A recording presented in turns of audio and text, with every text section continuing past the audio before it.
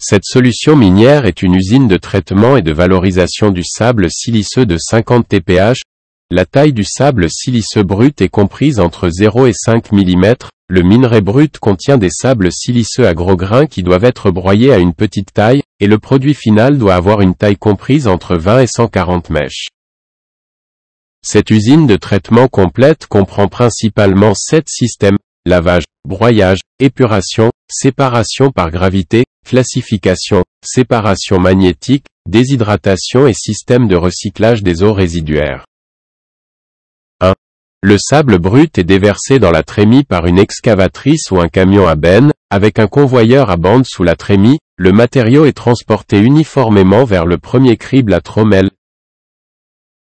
2.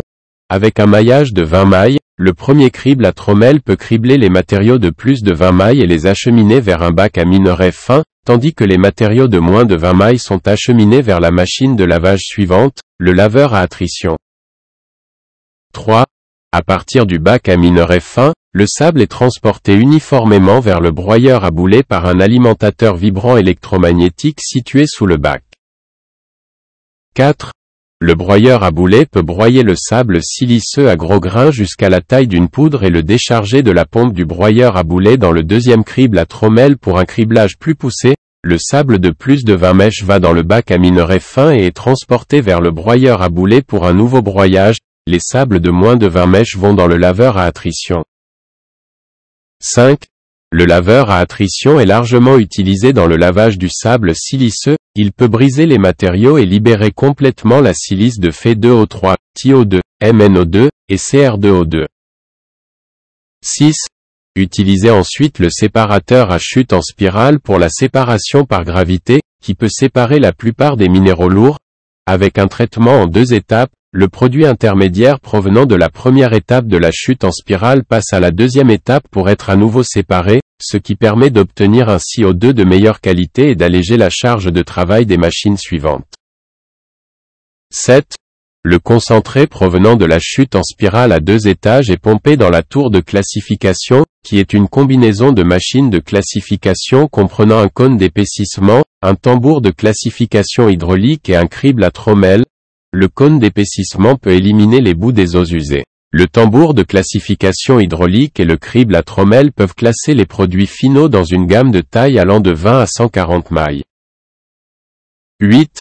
L'étape suivante est la séparation magnétique. Nous utilisons 3 séparateurs magnétiques différents: le séparateur magnétique à tambour humide, le séparateur magnétique à plaque et le séparateur magnétique à gradient élevé, l'objectif étant d'éliminer le fer autant que possible, ce qui rend le sable siliceux plus pur, la teneur finale en fer pouvant être réduite à 100 à 200 ppm.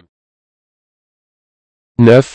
Après la séparation magnétique, le matériau est acheminé vers un système de déshydratation équipé d'un cône d'épaississement et d'un crible de déshydratation, le produit final étant acheminé vers un stock, d'une taille comprise entre 20 et 140 mèches.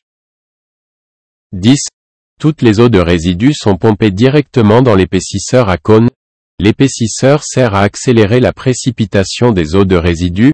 Le trop-plein de l'épaississeur peut s'écouler directement dans le bassin d'eau claire. Le sous-écoulement est acheminé vers le filtre presse à plaque et à cadre pour être filtré.